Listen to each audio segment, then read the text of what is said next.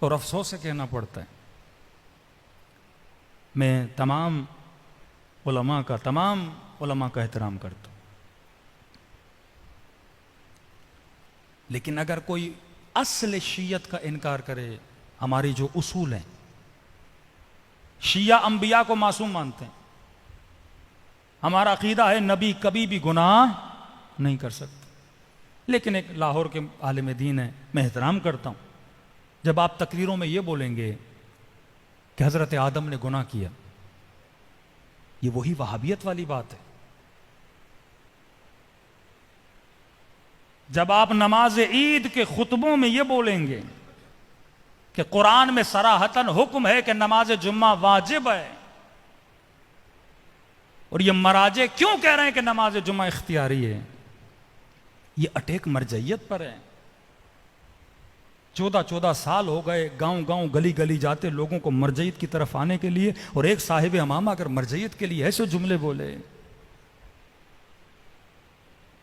اور پھر ایک مذاقن جوک بولا جائے کہ ایک ٹیچر کلاس کو چھوڑ کے چلا جائے اور جسے مانیٹر بنا کے جائے، اور اسٹوڈنٹس کو وہ یہ بولے جھوٹ میں کہ آج چھٹی ہے، سارے اسٹوڈنٹ نکل جائیں، اور بعد میں ٹیچر کو پتا لگے جس نے یہ بولا اسے بھی سزا دے گا، جو بھاگ گئے اسے بھی سزا دے گا، بولے کہ آج کے مراجع کا حال یہ ہے، الیاذ باللہ، کہ امام زمانہ نے ان کو مانیٹر بنایا اور انہوں نے جمعے کی چھٹی کرا دی۔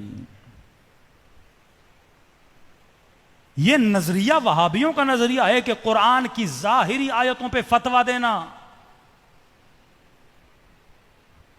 ہاں، ایک حل ہے کہ آپ مرجعیت کا اعلان کریں پاکستان میں، بولیں میں مرجع ہوں، میں مجتہد ہوں، میرا فتویٰ ہے کہ جمعہ واجب ہے، پھر کوئی مسئلہ نہیں ہے، آپ کے مقلد جمعہ پڑھیں گے۔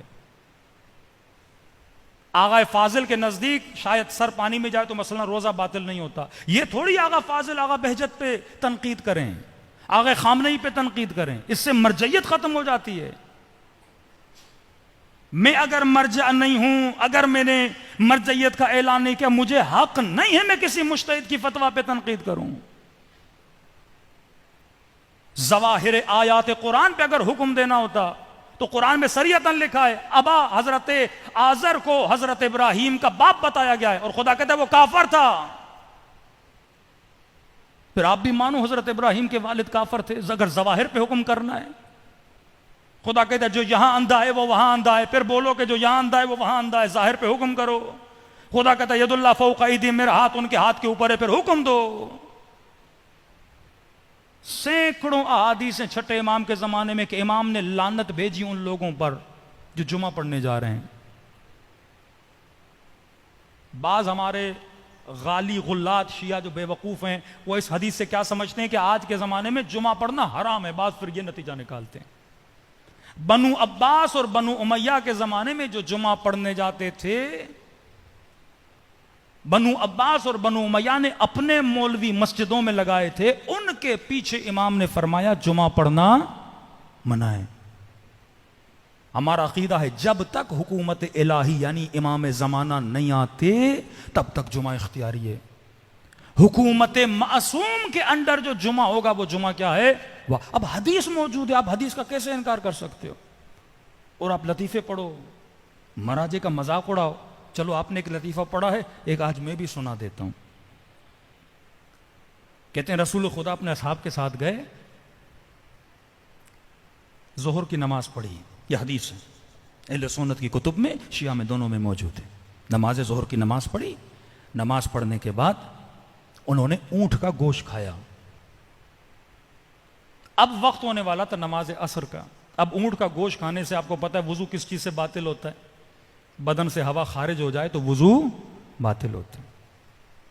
انہوں نے اونٹ کا گوشت کھایا، کسی کی ہوا خارج ہو گئی، جب بدبو ہوئی، اب رسول ہے نا رحمت للعالمین، وہ تو کسی کو نہیں بولیں گے تو اٹھ کے جا وضو کر۔ نبی نے حکم فرمایا جن جن نے اونٹ کا گوشت کھایا ہے سارے جا کے وضو کریں۔